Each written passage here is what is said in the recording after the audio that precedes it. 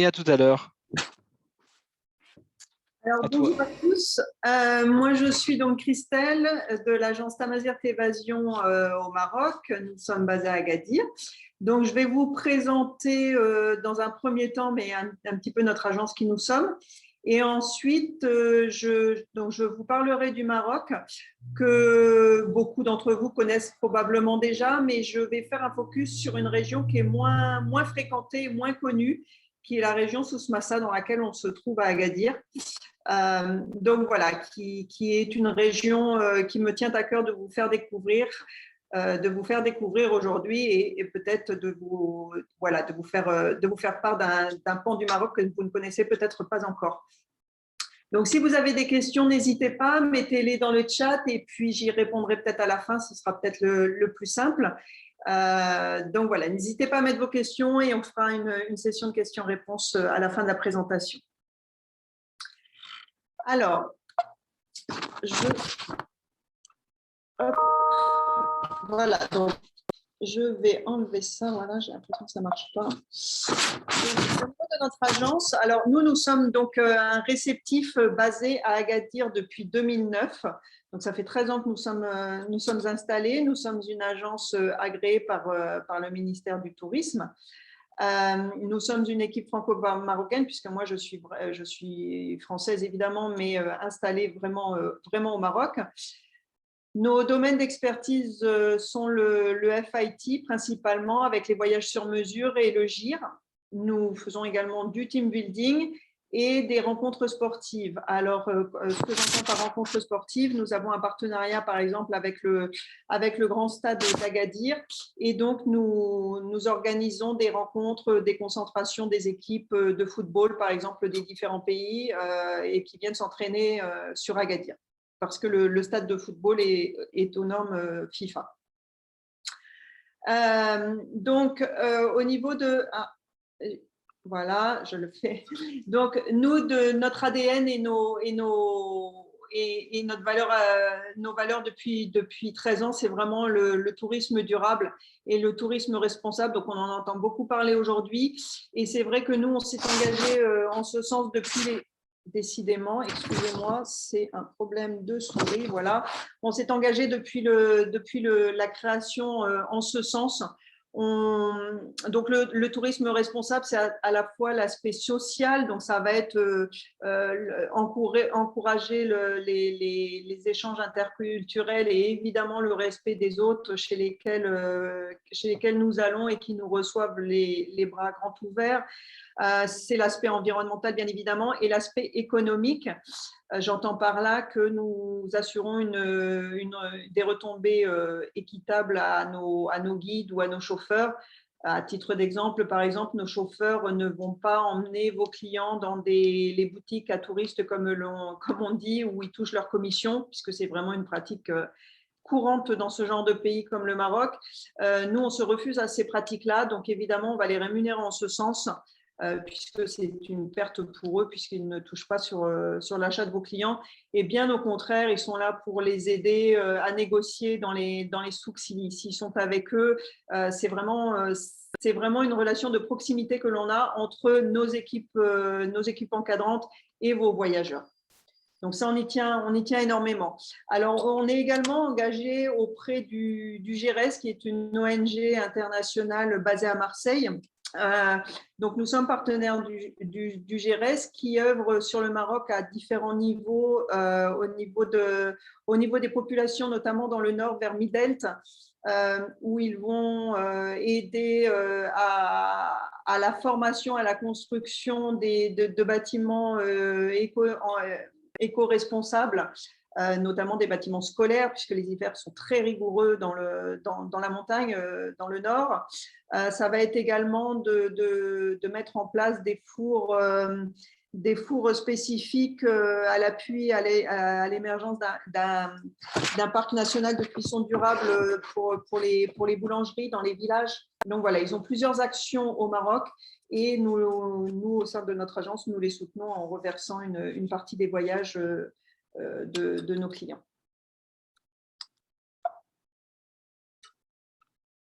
Alors, Concernant les voyages que l'on fait, alors chaque voyageur est unique. Donc, comme je vous le disais, on fait vraiment des voyages sur mesure. Alors, évidemment, on va proposer les incontournables. Alors, qu'est-ce qu'on appelle les incontournables? Et ce que vous connaissez certainement, donc ça va être sur le nord, ça va être plutôt les villes impériales, Fès, Meknès, Rabat. Après, on descend vers Marrakech. Il y a toute la région de Marrakech, bien évidemment. Il y a la vallée du Dadès, il y a Merzouga, les grandes dunes de Merzouga. Voilà, c'est vraiment les endroits les plus connus et les plus vendus par la plupart des agences. Maintenant, nous, ce que l'on aime, c'est vraiment sortir des sentiers battus et faire découvrir le Maroc autrement. Donc, faut savoir que toute notre production est fait maison. On va nous-mêmes repérer les hébergements, nous-mêmes repérer les pistes 4x4. Donc, vraiment, on est spécialiste du Sud. On fait évidemment le Nord, mais on connaît particulièrement bien le Sud et même les pistes 4x4 où les bus ou les voitures ne peuvent pas aller. Donc, ça, c'est vraiment notre ADN et c'est vraiment ce que l'on aime faire découvrir. Voilà, le Maroc authentique et loin des foules et hors sentiers battus. Donc, en ce sens, vous aurez une présentation un petit peu de la région Souss-Massa qui est vraiment splendide et qui réserve quelques petites pépites. Évidemment, on propose des randonnées, que c'est chamelières dans le désert, les randonnées pédestres en montagne et puis les randonnées équestres. On va proposer des autotours. Donc là, vos voyageurs, s'ils veulent faire le Maroc au volant d'une voiture de location et être libres durant leur séjour, voilà, on fournit le carnet de voyage, on fait toutes les réservations, tout ce qu'il faut et ils partent par eux-mêmes. On va faire également des séjours multisports. Alors, les séjours multisports, ça va être au Maroc, on a tous les sports en fait. On a le ski, parce qu'il y a 2 stations de ski au Maroc. On a le golf, bien évidemment. Alors, à Marrakech et puis à Agadir principalement. On a le canyoning, on a le rafting, on a évidemment la randonnée, on a le VTT. Qu'est-ce qu'on a d'autre? On a le surf, enfin tous les sports nautiques, puisque dans la région d'Agadir principalement, voilà, on a tout ça, Agadir et Essaouira. Donc voilà, globalement, le Maroc, on a à peu près tous les sports. Donc au niveau de ces séjours, ça peut être vraiment très varié. On propose les séjours bien-être. Donc, ça peut être du balnéo, et puis également, ce qu'on propose beaucoup, c'est les séjours yoga dans la région d'Agadir notamment, c'est très demandé. Vos voyageurs, on leur propose vraiment de vivre des expériences et une immersion au sein du pays. Donc, par exemple, on peut leur proposer, s'ils le souhaitent, des ateliers artisanaux ou culinaires. Alors là, c'est vraiment une véritable immersion pour connaître les savoir-faire et les gestes les matières premières et les gestes de l'artisan. Ça garantit vraiment un respect et le rythme de l'artisan, puisque ces ateliers, on les propose sur le lieu même de l'artisan, petit groupe, maximum 6 personnes. Donc, sachant que les artisans ne parlent pas nécessairement français, il y a toujours un accompagnateur qui est là pour faire la traduction. Mais voilà, ils sont en petits groupes, on ne veut pas perturber le rythme habituel de l'artisan. Et c'est vraiment, voilà, les clients sont encadrés et peuvent vraiment échanger avec l'artisan, notamment, voilà, ça peut être, c'est dans tous les domaines, ça peut être dans le cuir, dans la bijouterie, dans la poterie, et puis évidemment les ateliers culinaires. Donc voilà, c'est des expériences que l'on propose. Il y a également donc le hammam et le massage, le logement chez l'habitant. Alors, quand on fait le logement chez l'habitant, vraiment chez l'habitant, on fait minimum 2 nuits pour vraiment que les gens, en fait, qu'il y ait vraiment un rapprochement entre les voyageurs et les personnes, la famille qui nous reçoit, et qu'il y ait vraiment un échange. Donc voilà, c'est pas juste de passage pour une nuit. On veut vraiment qu'il y ait, voilà, ils vont parler, ils vont échanger sur leurs us, sur leurs coutumes. Ils sont aussi très curieux de savoir comment on peut, je ne sais pas, quelles sont nos habitudes en Europe, etc. Donc, c'est vraiment un échange. Après, ça peut être sympa quand les clients sont chez l'habitant d'aller faire le hammam dans le village, parce que c'est loin des hammams des grandes villes comme à Marrakech ou à Agadir qui sont un peu plus touristiques. Donc voilà, ça c'est vraiment une immersion. On propose beaucoup les baignades dans les gueltas. Alors ça dépend des périodes de l'année, mais voilà, vous allez faire une randonnée, notamment, je pense là autour d'Agadir, on en a. On fait une randonnée dans un canyon, et puis là, les gueltas, ce sont les piscines naturelles formées par la rivière. Donc voilà, après une belle balade, quelle récompense que de se baigner en pleine nature. Vous verrez des photos un peu plus après, un petit peu plus loin. Le surf sand, alors le surf sand, mais ça c'est tout bêtement du surf sur les grandes dunes de chez Gaga notamment. Donc voilà, le bivouac avec lequel on travaille propose, voilà, il met à disposition un ou deux surfs aux clients. Et voilà, il monte les dunes et il s'amuse à descendre en surf. Voilà, on le fait une fois, deux fois, mais il n'y a pas de remontée mécanique ni de tire-fesses. Donc, monter les dunes à pied, c'est éprouvant. Donc, voilà, mais c'est une bonne expérience à faire. Et puis, eh bien, évidemment, des pistes 4x4 panoramiques, parce que voilà, le Maroc, c'est vraiment le pays pour s'évader loin de tout. C'est un pays très montagneux aussi. Donc, voilà, on a des pistes incroyables. On propose aussi une expérience qui est vraiment sympathique, c'est le vol en montgolfière pour voir le lever de soleil, que ce soit au sud d'Agadir ou à Marrakech.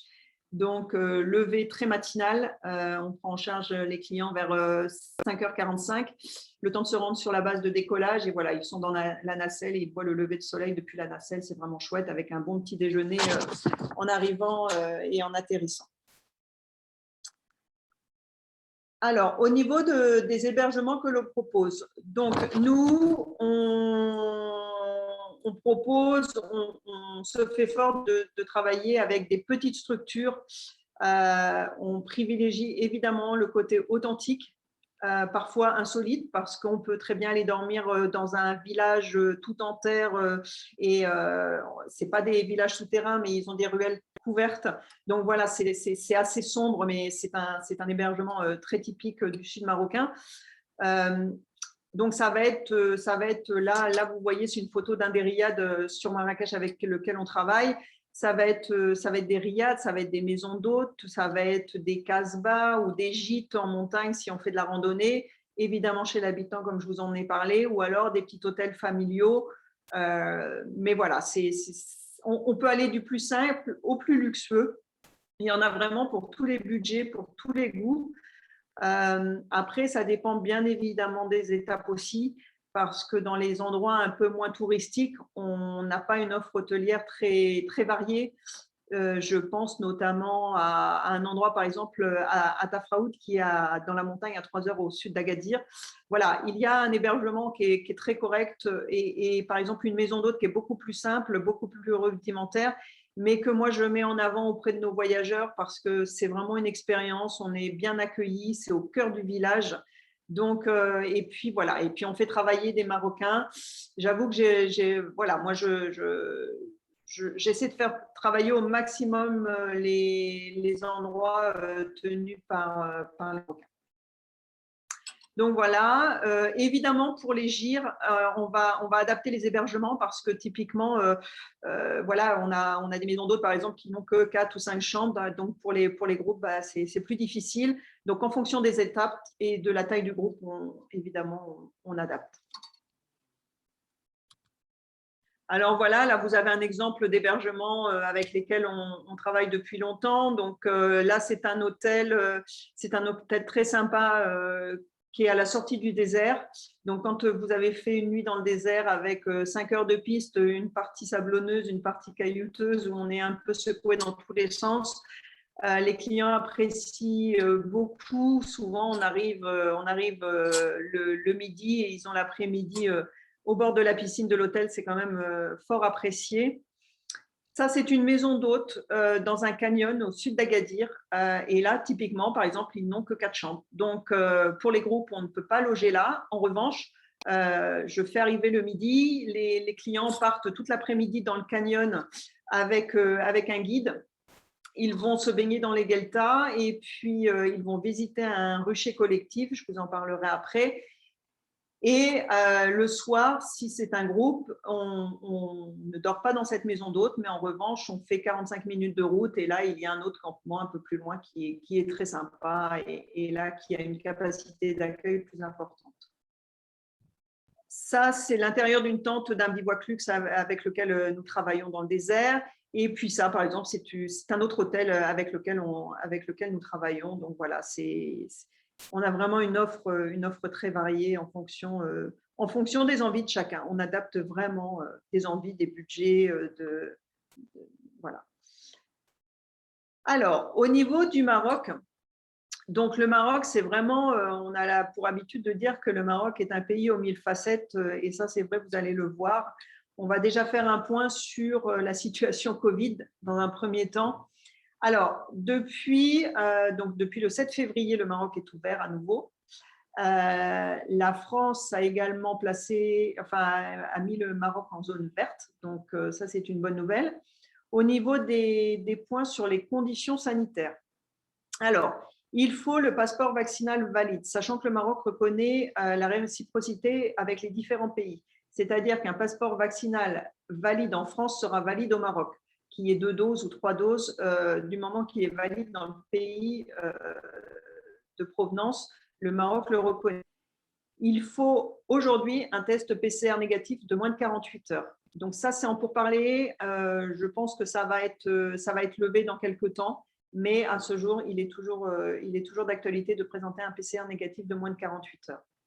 Et à l'arrivée, jusqu'à hier ou avant-hier, il y avait un test antigénique obligatoire et un PCR aléatoire à l'arrivée dans les aéroports. Mais depuis 24 heures, ce test antigénique, donc le PCR est annulé à l'arrivée et l'antigénique, il est aléatoire, il n'est plus obligatoire.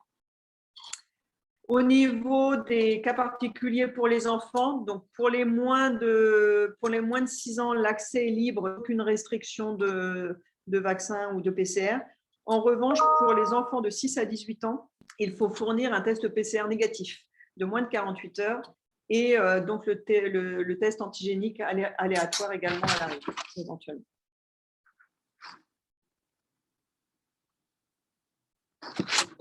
Alors, le Maroc, c'est donc un pays où on a plusieurs langues officielles, majoritairement, donc évidemment, l'arabe et le berbère. Donc là, je vous ai mis un exemple. Voilà, l'arabe, c'est écrit de droite à gauche. Le berbère, c'est écrit de gauche à droite. C'est un alphabet totalement différent et 2 langues totalement différentes. Donc, les langues officielles au Maroc sont l'arabe et l'amazigh. L'amazigh, c'est le berbère. Et puis, le français et dans le nord, principalement, l'espagnol. On a au Maroc 2 fois moins d'habitants qu'en France, globalement, avec une superficie de 1,3 fois la France avec le Sahara occidental. La capitale politique est Rabat. La capitale économique, c'est Casablanca. Et puis, la capitale touristique, c'est Marrakech. On a une densité de population de 80 habitants par kilomètre carré, sachant que 65% de la population est concentrée vraiment sur le nord-ouest et le centre du pays, puisqu'il y a une grosse partie est du pays et le sud qui est beaucoup plus désertique. Au niveau de notre régime, donc c'est une monarchie constitutionnelle et le pays est un pays stable, moderne et vraiment ouvert sur l'extérieur et c'est l'un des pays les plus, si ce n'est le pays le plus stable politiquement sur le continent africain. Au niveau du décalage horaire, donc en hiver, donc actuellement, on n'a pas de décalage horaire avec la France. En été, on a moins 1 heure. La seule exception, c'est durant le Ramadan qui en ce moment tombe pendant les horaires d'hiver. Donc là où on a un décalage puisqu'on revient à l'heure GMT au Maroc, mais juste pendant le mois de Ramadan et après on revient à l'heure d'hiver ou à l'heure d'été, suivant quand est-ce que tombe le ramadan. Mais voilà, globalement, pas de décalage en hiver et 1 heure de moins par rapport à la France en été. Pour les formalités, donc passeport valide et pas de visa pour les Français. Donc le Maroc est un pays très touristique, c'est la 3e ressource du pays. Après l'industrie et l'agriculture, le Maroc a accueilli 13 millions de touristes en 2019 et ça représente 12% de son PIB. Donc c'est vraiment le pan du tourisme est très important. Alors, l'hospitalité, on a coutume de parler de l'hospitalité marocaine, ce n'est pas une légende. Pour y vivre depuis 13 ans, c'est vraiment, on est accueillis avec les grands sourires, les bras ouverts. C'est certain que si on reste à Marrakech, dans les souks de Marrakech, on peut se sentir un peu oppressé, mais dès qu'on parle des grandes villes, dès qu'on parle des zones très touristiques, vraiment, on est accueilli. Mais voilà, on a le thé de bienvenue partout où on passe, les grands sourires. Voilà, ce n'est vraiment pas une légende. Au niveau du climat, le Maroc permet de voyager toute l'année dans le pays en fonction des régions, en fonction de la période. C'est très différent. Donc, dans le nord, en tout cas dans les montagnes, l'hiver est rude. Dans le sud, il fait meilleur, notamment dans la région d'Agadir, dans la sous-région d'Agadir, où on a un climat plutôt tempéré. Mais j'aurais tendance à dire que, évidemment, donc l'été, on évite les grands espaces désertiques du sud où il fait très chaud. Il peut faire jusqu'à 45-50 degrés facilement. Mais l'été, on propose le Moyen Atlas, le Haut Atlas, c'est formidable pour faire des randonnées l'été.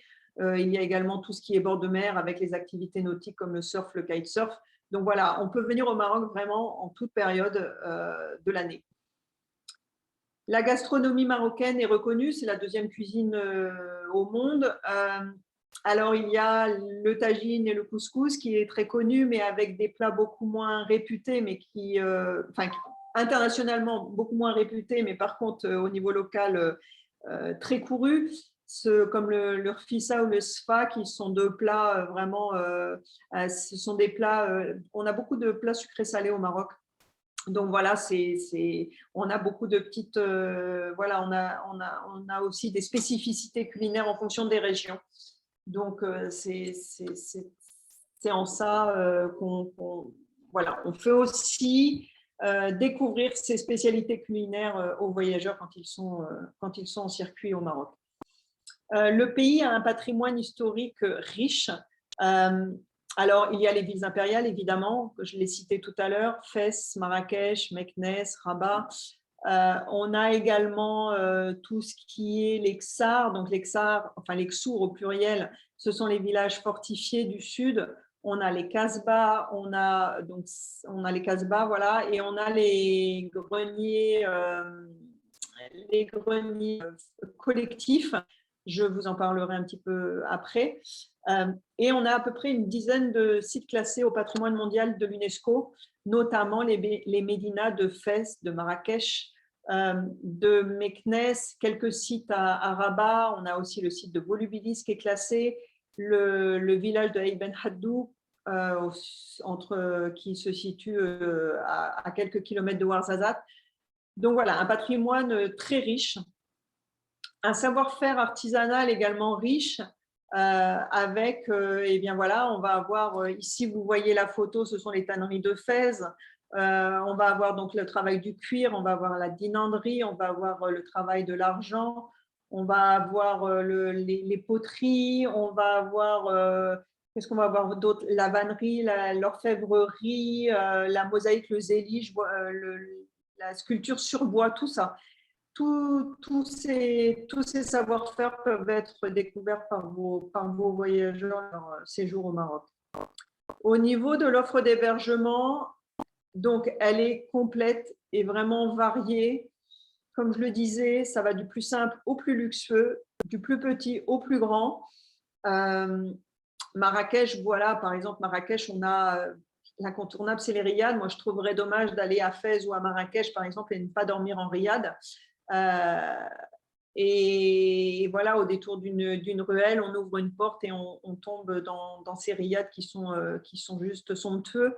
Donc, c'est vraiment le patrimoine en plus et la culture du pays. Donc, j'invite vraiment les gens à découvrir et à passer quelques nuits en riad dans ces villes. Et puis après, voilà, on a de tout, hein, de la maison d'hôte, du gîte. Et comme je vous disais, en fonction des étapes, des endroits, l'offre est plus ou moins variée, bien évidemment. Dès qu'on sort un peu des sentiers, c'est plus restreint. Mais globalement, il y a vraiment de quoi satisfaire tout le monde. Au niveau de la diversité géographique, donc au Maroc, on a l'océan, on a la montagne, on a les plaines, on a les oasis, on a les palmeraies, on a le désert, on a vraiment tout type de géographie que je vais vous détailler un peu plus ici. Donc voilà, là vous avez le Maroc. Alors je n'ai pas mis toute la carte parce que je n'avais pas la place, mais évidemment en dessous, là on arrive vers Dakhla, le Sahara occidental, etc.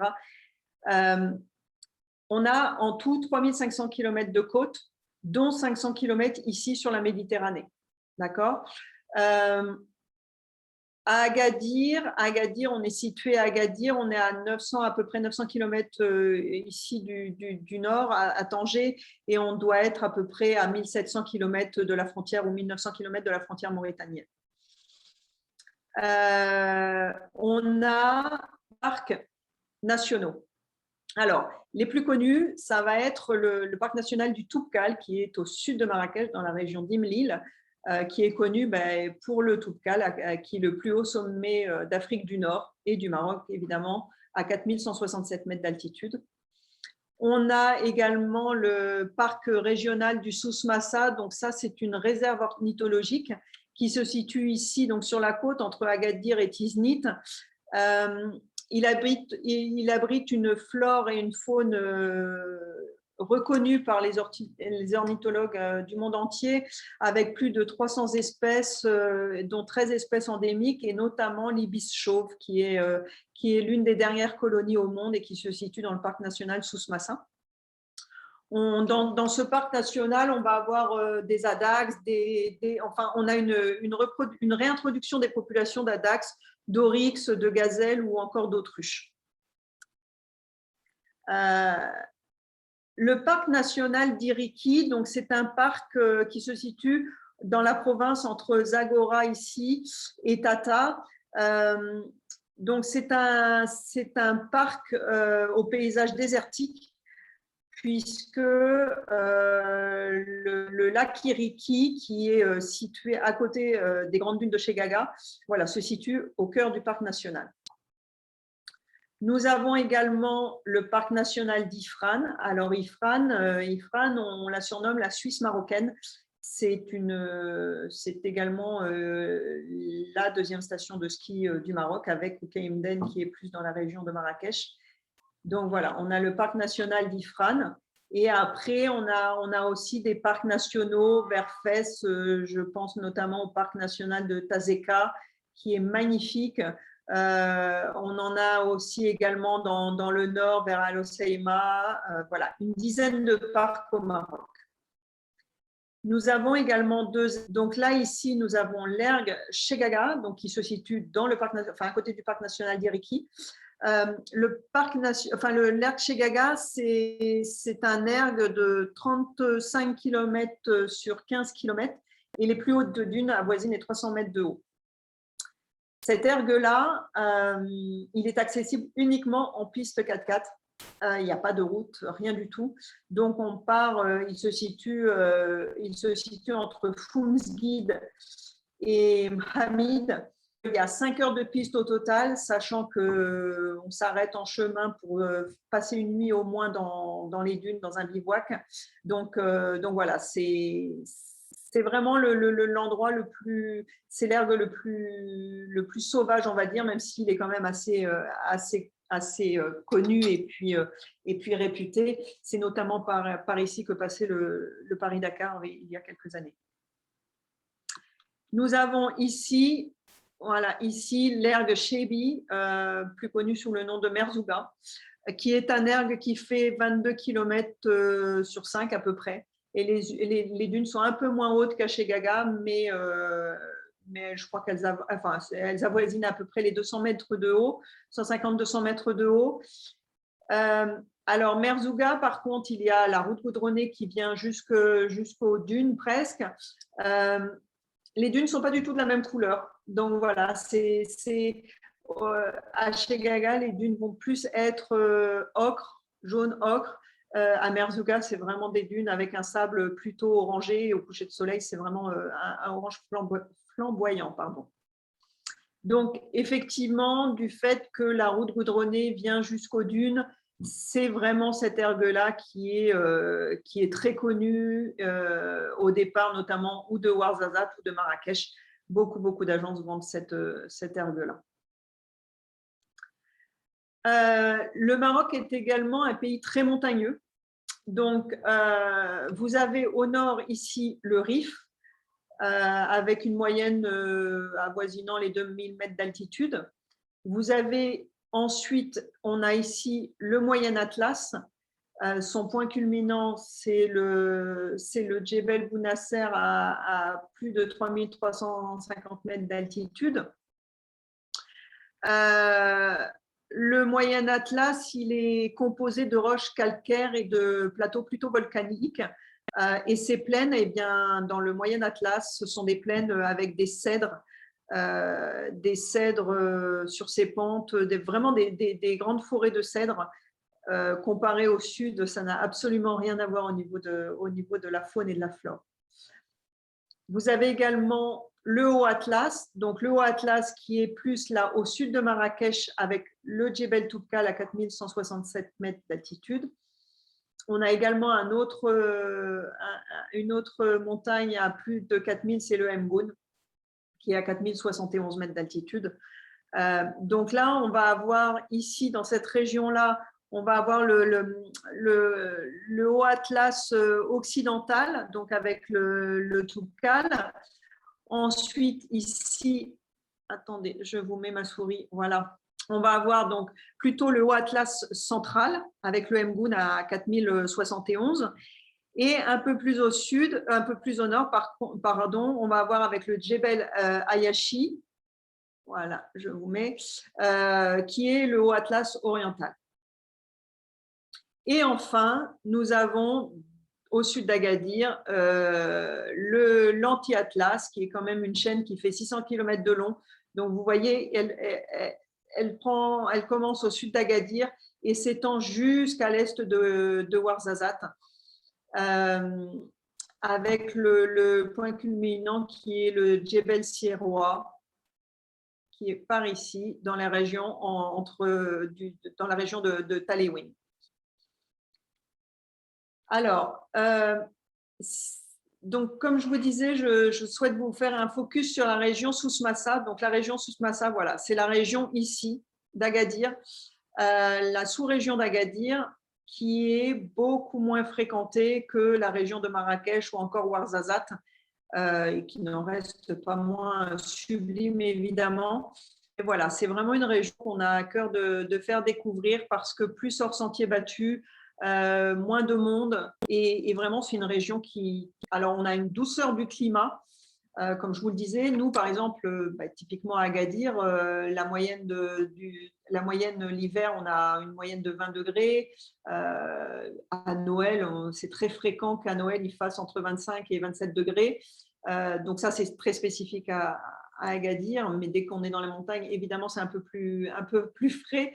Mais voilà, on a une douceur de climat, il ne fait jamais très froid, jamais très chaud.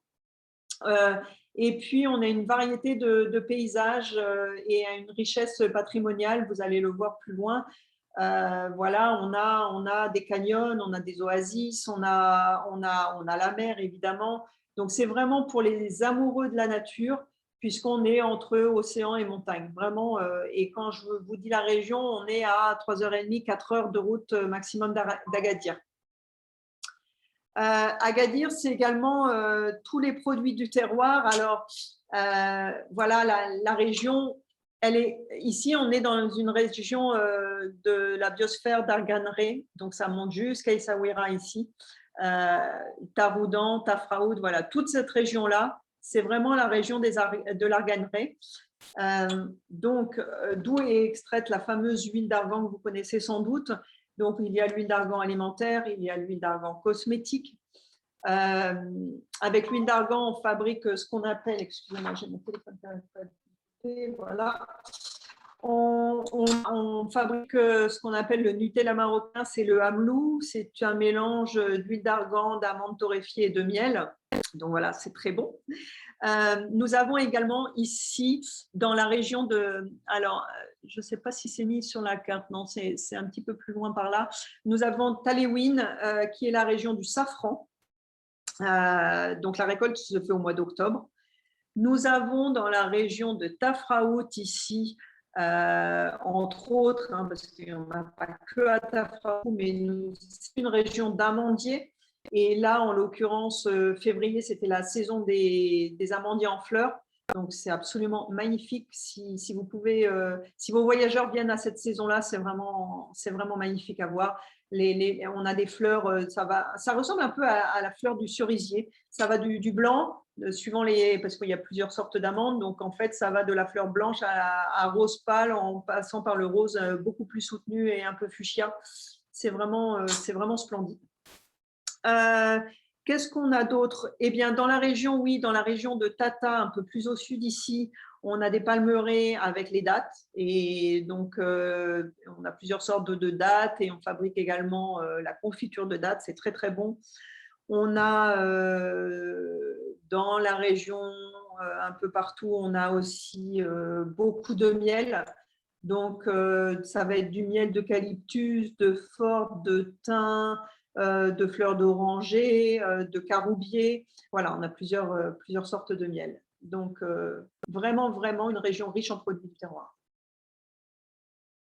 Alors, Agadir, pourquoi Agadir? Pourquoi nous, notre agence, on est sur Agadir? Alors, tout simplement, déjà parce que mon associé est originaire d'Agadir, mais c'est aussi une région qu'on avait à cœur de faire découvrir parce que, voilà, moins connue.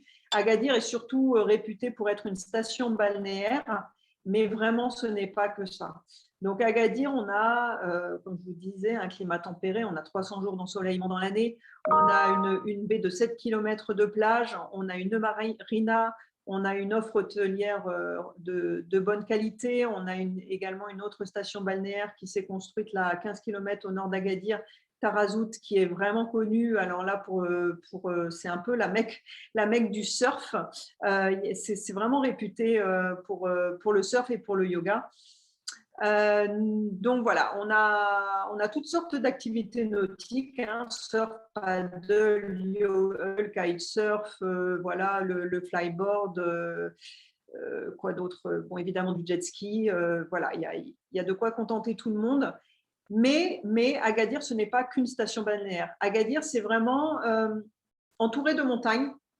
Donc, vous prenez la voiture, à peine 1 heure de route, on est dans ce qu'on appelle par exemple la vallée du paradis ou dans la montagne juste derrière Agadir, avec de belles balades à faire à pied, de beaux gueltas pour se baigner, en pleine nature. On a également donc un patrimoine riche avec ce qu'on appelle les greniers collectifs. Vous allez voir des photos après. Et puis voilà, on est une région qui est située au cœur de la réserve biosphère de l'Arganré, qui est quand même patrimoine de l'UNESCO. Alors, au niveau de la côte atlantique, au sud d'Agadir, tout ça, ici, par exemple, vous avez l'arche de l'Exira. Ici, on est à 2h30 au sud d'Agadir. Hein. Là, on est à la station de Tarazout, qui est réputée pour le surf, de tout niveau, hein, du débutant au confirmé. Là, on est à nouveau au sud d'Agadir, des plages sauvages avec des villages de pêcheurs et leurs maisons troglodytes. C'est vraiment sympa à voir. Là, ce sont des barques également de pêcheurs. Donc, toute la côte atlantique est vraiment avec quelques côtes sauvages. C'est très agréable. Après, quand on va dans la montagne, dans l'Atlas, donc nous, la chaîne de montagne qui est aux alentours au sud d'Agadir, c'est vraiment, et à l'est d'Agadir, c'est l'anti-Atlas. Et ben voilà, les paysages que l'on peut avoir. Donc là, ce sont les gorges de Tislit qui sont dans la région de Taliwin, absolument somptueux. Ici, on est à quoi? On est à 3 heures pareil au sud. Ça fait penser, alors là c'est en saison sèche, mais quand il a plu, il y a de l'eau, ça fait un peu penser à Horseshoe aux États-Unis pour ceux qui connaissent. On a voilà les gueltas dans lesquels on se baigne, on fait du canyoning. Alors cette année, ça va être un peu compliqué puisqu'on connaît une sécheresse qu'on n'a pas connue qu'ils n'ont pas connue depuis 30 ans. Donc cette année, ça va être un petit peu compliqué s'il ne pleut pas de faire du canyoning ou en tout cas en eau, parce qu'il y a aussi le canyoning sec. Mais si on veut faire du canyoning en rivière, ça semble compliqué. On espère vraiment qu'il va pleuvoir dans les semaines à venir, parce que là, ça devient assez critique. Et voilà, quand il a plu, eh bien, vous passez d'un paysage sec, comme vous voyez ici, à un paysage vraiment vert. Là, en l'occurrence, voilà, c'était un amandier qui était en fin de floraison. Le paysage change complètement l'hiver quand on a eu la chance qu'il a plu. On voit des champs entiers de coquelicots, par exemple. C'est rien à voir. On ne reconnaît pas le paysage en hiver, enfin au printemps, après les pluies et l'été. Au niveau du patrimoine, alors voilà, au niveau du patrimoine, voilà ce dont je vous parlais. On a à la fois ces vieux villages perchés qui sont absolument magnifiques. Alors, ce vieux village, c'est un village qui est accessible uniquement par une piste 4x4 qui est assez vertigineuse, on doit le dire. Faut éviter. Alors, pour ceux qui ont le vertige, il faut se mettre de l'autre côté du. Enfin, faut pas se mettre côté conducteur, mais plutôt côté passager. Donc, après, nous avons voilà, les greniers collectifs. Donc, ça, c'est l'intérieur d'un grenier collectif. Je vous ai mis une petite vidéo très rapide après. Donc, on a les greniers collectifs qui sont dans les villages, on a des greniers collectifs qui sont perchés et on a des greniers collectifs comme celui-ci, qui est le grenier de Tisgi, qui est dans la région de Taliwin également, qui est un grenier de falaise. Donc voilà, ce patrimoine-là, il est quand même moins connu que tout ce qui est Casbah ou Ksar. C'est vraiment un patrimoine berbère du sud marocain. Et de nombreux, heureusement, quelques greniers ont été réhabilités et se visitent. Donc, c'est vraiment très, très intéressant à faire. Et celui-là, par exemple, ce grenier-là, il est à 1h15 de route d'Agadir, donc il est vraiment pas loin. Ici, c'est le plus grand rucher collectif, d'Afrique. C'est pareil, c'est à 1h15, 1h30 d'Agadir. Alors voilà, là je vous ai mis une petite vidéo, j'ai accéléré le rythme voilà, pour vous montrer un petit peu l'intérieur du grenier dont je viens de vous montrer la photo. Voilà, vous rentrez et voilà ce que l'on voit. Donc ça, c'est sachant que les greniers, l'architecture est différente d'une région à l'autre. Donc celui-ci va être complètement différent du grenier qu'on peut voir dans un autre canyon ou du grenier de Tisgi que vous aviez vu, le grenier de Falaise juste avant. Ça, c'est un des paysages d'un canyon où l'on dort et on se réveille le matin et voilà ce que l'on voit de la terrasse de la maison d'hôte. Donc ça, c'est vraiment les paysages de l'Anti-Atlas et de la région de la sous-région d'Agadir.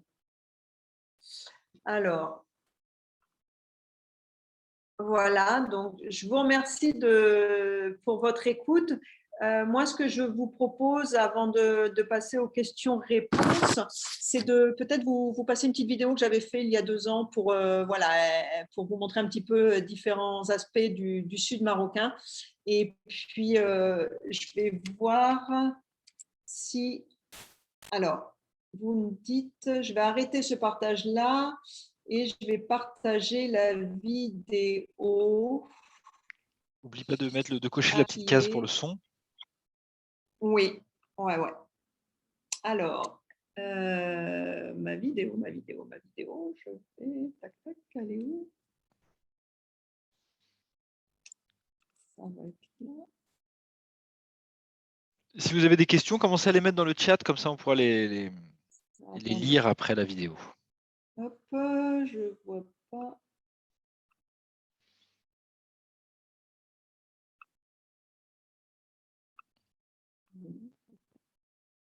Est-ce que vous voyez mon écran là?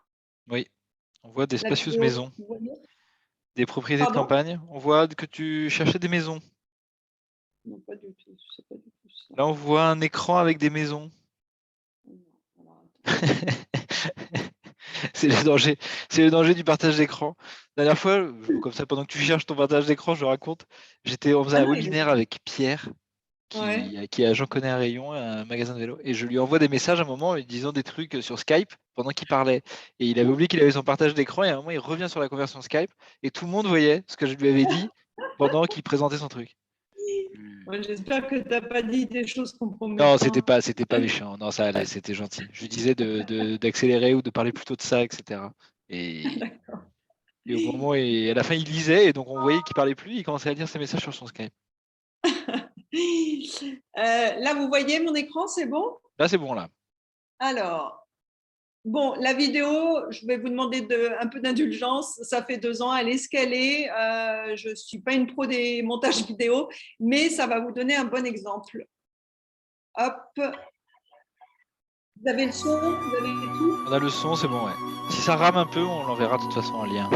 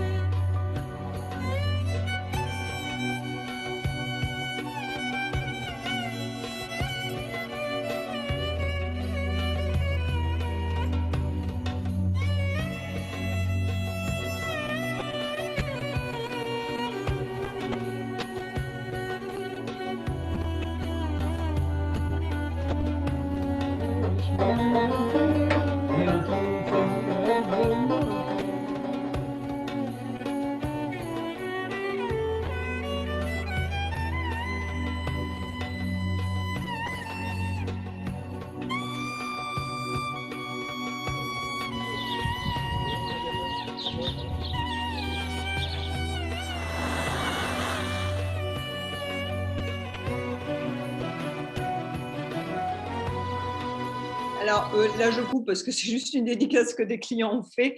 Je ne sais pas si vous aviez une bonne qualité parce que moi, c'était, la qualité de la vidéo n'était pas bonne. Hein. Non, ça ramait un peu, mais ça fait ça de temps en temps. Mais on la renverra dans le mail. Vous enverrez, c'est un lien YouTube en fait. Oui, Hein, voilà, où tu peux le mettre dans le chat, comme ça ceux qui voudront voir pourront regarder.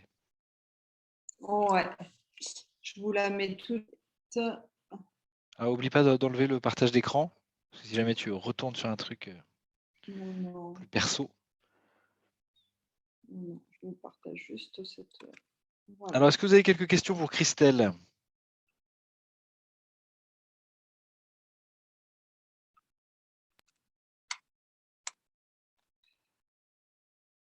On n'est pas très nombreux, n'hésitez pas à ouvrir vos micros si vous avez envie juste de, voilà, de poser une petite question. Oui, bonjour, Tara d'Afrique Voyage. Moi, j'ai une petite question. J'aurais voulu savoir sur la station balnéaire de Ifrane, en termes d'hébergement et de transport, comment vous faites? Parce que j'ai déjà vendu en fait un séjour sur Ifrane. Et c'est vrai d'accès pour mes compatriotes qui arrivent d'Abidjan, donc on arrive sur l'aéroport de Marrakech. Le transport est quand même très très long. Alors, attention, vous parlez d'Ifrane, parce que là, vous me dites station balnéaire. Ifrane, Pardon, station de ski, excusez-moi. Oui, d'accord. Okay. Excusez-moi. Je voulais être sûre de ce qu'on parlait. Oui, mais oui, c'est long. Mais oui, c'est long. Oui, parce que c'est la montagne et qu'il faut, il faut traverser oui, une bonne partie du Moyen Atlas. Donc ça, c'est certain. Le mieux, c'est d'arriver sur Fès ou sur Casa ou Rabat, mais pas sur Marrakech. C'est déjà moins loin. D'accord. Mais Fès, c'est idéal. Hein. Si vous pouvez avoir un vol sur Fès, c'est idéal. C'est moins loin. On essaiera pour l'année prochaine, parce que là, bon, c'est un peu râpé maintenant, mais pour l'année prochaine. Oui, c'est très long. Alors, c'est très long, mais nous, ce qu'on fait, moi, ce que j'aime faire, parce que je trouve ça juste magnifique, c'est toute la région entre la région entre Deir Bougmez. Vous voyez, il y a les cascades d'Ouzoud qui sont très, très connues. Et un peu plus après, vous avez le lac Bin El Ouidan. Et toute cette région-là, alors moi généralement, je fais une halte au lac Bin El Ouidan qui est absolument magnifique. Si les clients n'ont pas assez de temps, après, on va sur Fès directement. Mais sinon, je fais dormir 1 ou 2 nuits dans la région parce qu'il y a vraiment le paysage est magnifique, il y a de belles balades à se faire. Alors, balades à tout niveau, hein, parce que ça peut être pour les confirmer des bonnes randonnées en montagne. Et pour les familles avec enfants, voilà, il peut y avoir des balades plus light dans les vallées, dans les villages, on s'arrête boire le thé chez l'habitant, etc. Donc voilà, moi j'aime bien faire une halte parce que c'est vrai que la route est très longue.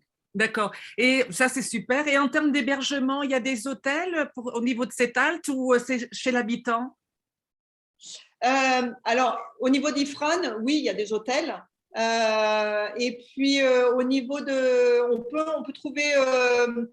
Alors, je ne sais pas exactement, il faut que je regarde dans la région, parce que nous, on s'arrête rarement à Ifrane même. Mais voir une famille, peut-être. Alors, on peut aussi loger chez l'habitant, mais dans la région, peut-être pas à Ifrane même. D'accord. OK. Parfait pour moi.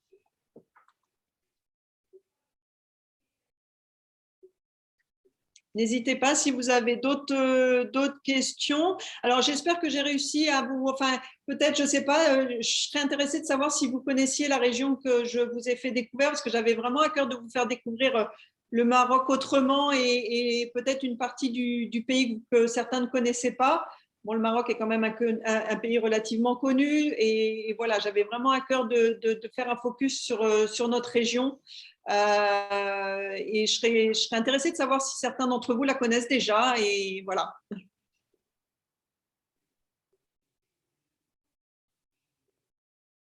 Les gens sont assez silencieux en ce moment, Christelle. Tous les webinaires, je te rassure, ce n'est pas cette fois-ci. C'est que tout le monde s'inquiète à chaque fois. Parce que les réceptifs, à chaque fois, ils me disent, mais il n'y a pas beaucoup de questions. Je dis, non, mais en ce moment, il n'y a pas beaucoup de questions. Mais mettez juste oui ou non dans le chat. Bon, sinon, vous m'enverrez un email. Oui, d'accord.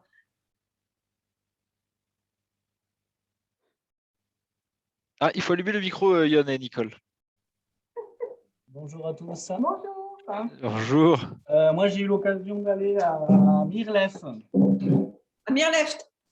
Mirlef, c'est ça, c'est le coin là-bas? Oui, tout à fait. Mirleft, c'est pas loin de l'Exira, l'arche que je vous ai montré en photo. Oui, je suis allé à l'Exira.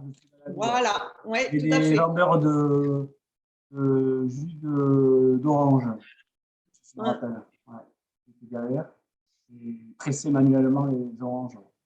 Ouais. Et Tifinit, c'est pas très loin, c'est ça. On peut manger en bord de mer, il y avait des restaurants de pêcheurs. Exactement, vous avez Tifinit, le village de pêcheurs, oui, qui est pas loin d'Agadir, hein, qui est à 1 heure d'Agadir pour le coup, qui est sur la route entre Agadir et Tiznit. Après, vous avez Tiznit, vous avez Aglou et Mirleft en bord de mer, où vous étiez. C'est vrai que c'est très agréable au niveau, comme vous disiez, du climat. C'est vrai que moi, je suis allé chez des gens qui avaient des maisons. Et c'est vrai que voilà, ils adorent aller. Le climat est très agréable. L'hiver, c'est vrai qu'il fait très doux. Il y a une espèce de microclimat en fait. Et voilà. C'est ça qu'ils ont aimé. Et en fait, je vais vous envoyer un mail parce qu'on aimerait bien faire une proposition sur notre nouveau site internet.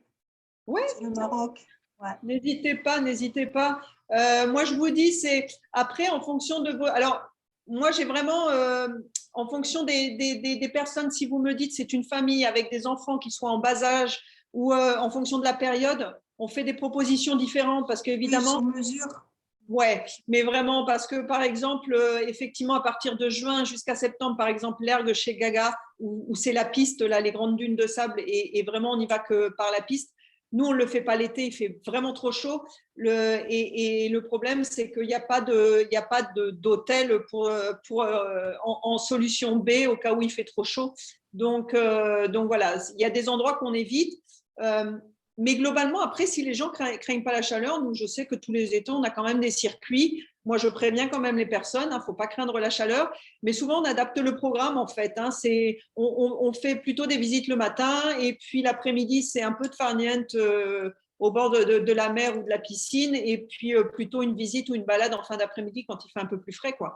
Mais on adapte vraiment en fonction du voyageur et de la période, quoi, surtout.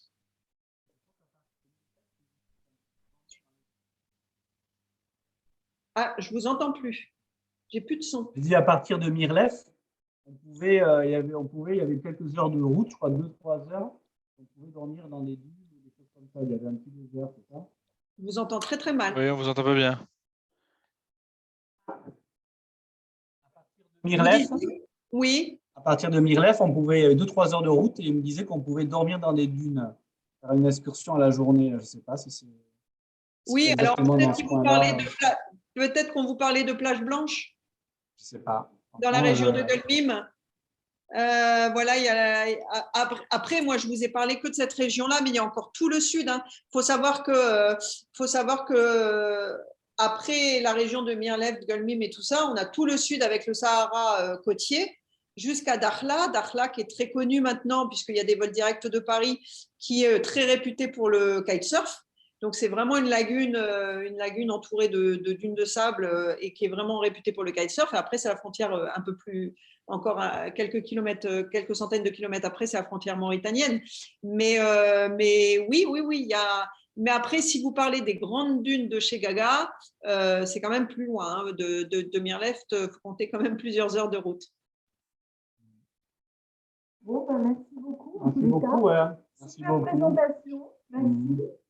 Merci à vous de votre attention. Et puis, voilà, Thomas vous a donné mes coordonnées. N'hésitez pas. J'enverrai le replay. De toute façon, s'il y en a qui ont besoin, avec le mail de Christelle, si vous avez des… Vous êtes combien Il est déjà dans le chat, mais voilà. alors Pardon? Vous êtes combien à travailler dans l'agence? Alors, nous, actuellement, dans les bureaux cause Covid, pour l'instant, on est 4 et on a à peu près 5 chauffeurs actuellement là. Vous êtes au sud d'Agadir, c'est ça? Ou vous êtes à Agadir même? Nous, on est basé à Agadir. Nos bureaux sont dans le centre-ville d'Agadir. Et vous travaillez avec les individuels, les agences, c'est ça un peu tout? Comment ça... Exactement. On fait du B2B, du B2C. Alors, nous, on est basé à Agadir, mais il faut savoir qu'on va dire 70% de nos circuits démarrent de Marrakech parce qu'il y a une meilleure desserte aérienne pour le moment. Donc voilà, après, nous, on fait, je vous dis, on fait tout le Maroc et on a beaucoup de circuits au départ de Marrakech ou même de Ouarzazate ou Casablanca ou Agadir, peu importe. En tout cas, on se déplace, il n'y a aucun problème. Vous voyez, en vous faisant visionner la vidéo là, en fin de présentation, j'en avais un petit peu les frissons parce que je revoyais des endroits que ça fait 2 ans que je ne suis pas allée. Parce que moi, j'accompagnais moi-même les clients aussi. Voilà, je connais mieux le Maroc que la France. Mais voilà, ça me faisait un petit peu d'émotion de revoir tout ça. Donc, il nous tarde de reprendre la route. Et les GIR, c'est quoi? Vous parlez des GIR, c'est ça? Vous organisez des GIR aussi? Alors, nous, on les organise. Alors, nous, on les organise pas. C'est si vous faites du GIR, il n'y a aucun problème. Mais nous, on ne l'organise pas de notre côté.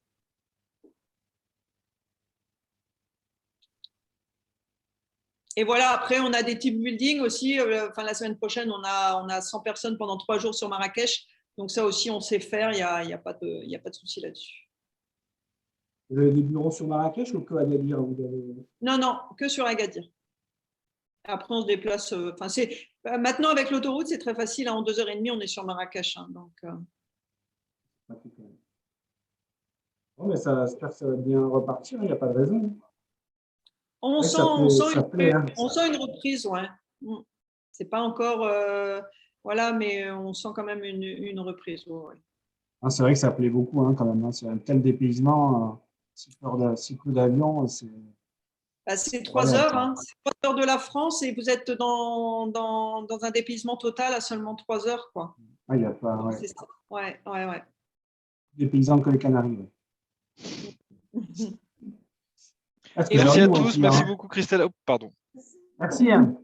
Merci Merci à vous beaucoup. tous. Et puis, je vous enverrai de toute façon et prochain webinaire semaine prochaine sur le Cap-Vert. Voilà, mardi prochain. Merci Christelle. Je vous souhaite tous une bonne fin de journée et à très bientôt. Merci à tous.